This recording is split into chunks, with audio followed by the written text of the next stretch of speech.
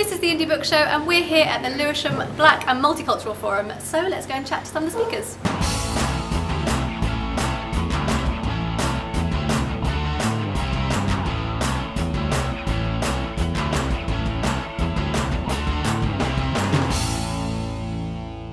So I'm chatting to Samson Adeyemi, who is the previous youth MP for Lewisham.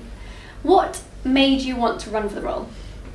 Well, how it worked then was you actually ran to be young mayor, and then if you came third, you became youth MP. So it was almost seen as a mini role, but then I changed it around and I made it like the cool role. Put it that way. Oh. I wanted to make a difference in the lives of young people. I didn't want to be a part of people who just wanted to complain about things. And I felt if you really wanted something to get changed, then get involved. Yeah. So that's what I did. So I wanted to change, so I got involved. So what were your aims when you kind of went into it? What did you want to change for young people? My goals then was to help young people with their self-esteem. I felt a lot of people could achieve a lot if they actually just believed in themselves a bit more. And also I wanted to do a lot of work on bullying as well. And I just didn't want youth representation to be about tick boxing and just say, okay, or just ticking boxes, sorry. We've spoken to young people, that's it. I wanted young people's views and opinions to actually matter, and then to be implemented. And I wanted the transition to be more like, young people said this, and then we did this. So that was what I wanted really. So mainly help with bullying, self-esteem, and young people's opinions to be taken more seriously. How did you implement those kind of three main issues? A lot of work that I did was because I had the opportunity to visit schools. So in my speech deliveries, I was able to communicate that to people. But also, I also had opportunities to. I was also invited to events, young people events, and so in those areas, I was able to do those things.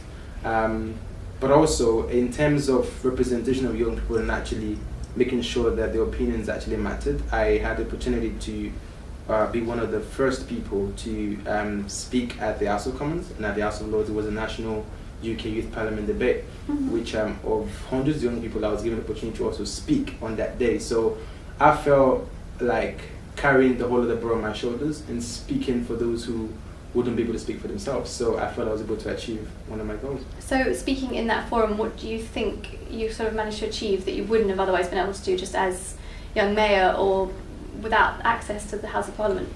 You know, many people have opinions, and many people have things they want people to hear, but it's about having the right platform, and I thought that was the perfect opportunity because there was, the cameras all over the place, it was national TV, loads of people were actually listening to you, and whereas if I was just me by myself, not having that opportunity, I would have been one guy in Lewisham saying a lot of things and no one listening to him. So I thought that was really a great opportunity for me to get the voices of other people heard, but through me. Yeah.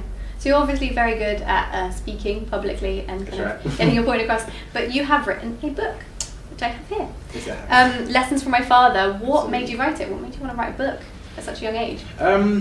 This was a really, really big step in my life. This book actually came out this year, 2014. So just a few months old really, but the impact of it has been absolutely amazing, and it's just shown me that I took the right step.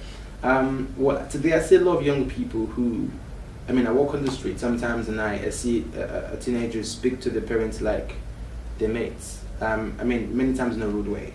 And some people, it does happen just because they didn't really tell us, they didn't really have someone to put them on the right path, or they didn't really get the right information, or many times exposure to the wrong kind of environment. Well, I grew up in a house where it was discipline all day long. For instance, a lot of things I took this book were actually real life experiences. And I did title lessons from my father because they were actual lessons that I learned from my dad. It was something I had to do in honor of him because my dad passed away in 2011. So I wanted to do something that not only would impact my life, but would impact the lives of other people. So I felt I'll put a mini collection of certain things that I've learned from his life, from when I was born to when he passed away. So a lot of things in here are actually very interactive. They are real life lessons. They are things that I put to work, things I'm still putting to work. And just showing young people that, you know what, irrespective of what society tells us, irrespective of the sort of image media gives us, or the picture of the ideal teenager that the stereotype. Exactly. Yeah. You can be unique in your own way, and you can still be unique and be cool, but still be respectful, still have really, really good values. What's the response you've had from sort of young and older readers? Well, I have a video on YouTube that promotes the book. Listen to My Father by Samson Adeyemi. Anyone can go check it out. In there, you would see the views of certain people, adults, young people. I mean, I'll give an example. A girl who she just became a teenager I think a few days ago. She was saying that she had no value for education and she just didn't want to read. She just wasn't bothered. But a mom got this book for her, and it changed her perspective, because I basically explained in the book that education really is beyond the four walls of a classroom. And we learn every day. As I'm speaking to you now, I'm learning. You're learning from me. Yeah. So we learn from animals, we learn from children, we learn from just observing. So she said that opened her mind a bit more, and then she just wants to learn more now. And then we'll see another teenager I spoke to. She said that many times she will always want to be like somebody else. But then she never actually questioned, then what if somebody wanted to be like me? Am I actually being a good example to other people? So I sort of turned the table there, and then she learned that from the book. And then we'll have parents, we'll have professionals who also saying they've learned a lot from the book. People can take what they want from it, really. That's it. And it can speak to them individually. Absolutely. So just having been a youth MP and having written a book that so sort of encourages people to explore education and who they are. Definitely.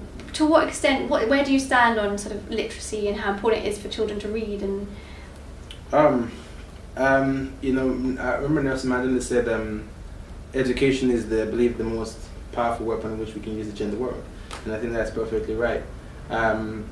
Reading is I wouldn't say it's a choice. I think it's compulsory. Trust me, because I said something, and I quoted something in the book. I said, when we stop learning, we actually stop living. And there's really nothing new anymore. Many things that we say are new discoveries or things that are new were actually done by somebody else.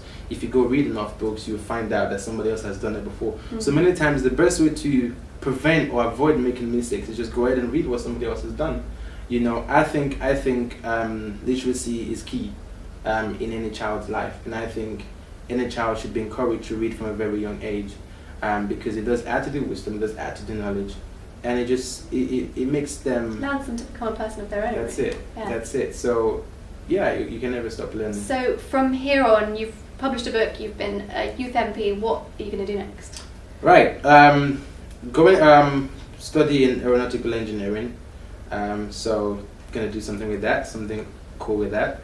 But apart from that, I also have another book in the pipeline, working on something for next year. Got a little bit surprise up my sleeve, not saying what it is yet, but you find out when the time comes. But something exciting I'm doing, I'm putting together a group, going to register as a charity, which we're going to do prison outreaches. So we're gonna go to prisons, gonna go to youth offending units, and sort of help young, because if they had the right information, they wouldn't have been in there in the first place. So we're going to help them reintegrate back to society, that you do have a choice. When you come back out of this place, you can be anybody you want to be, but on the positive side. So putting together a group to make that happen, really, and using my books as a major tool for that to happen. It sounds amazing. Well, good luck with it all, Thank you very and much. we will keep an eye on what you're doing. Thank you.